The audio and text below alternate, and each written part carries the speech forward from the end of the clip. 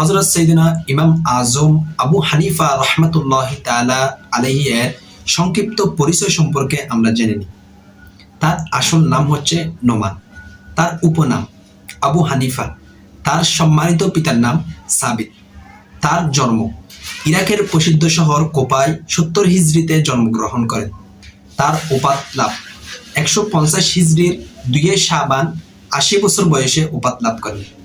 তার মাজার মোবারক বাগদাদ শরীফে অবস্থিত।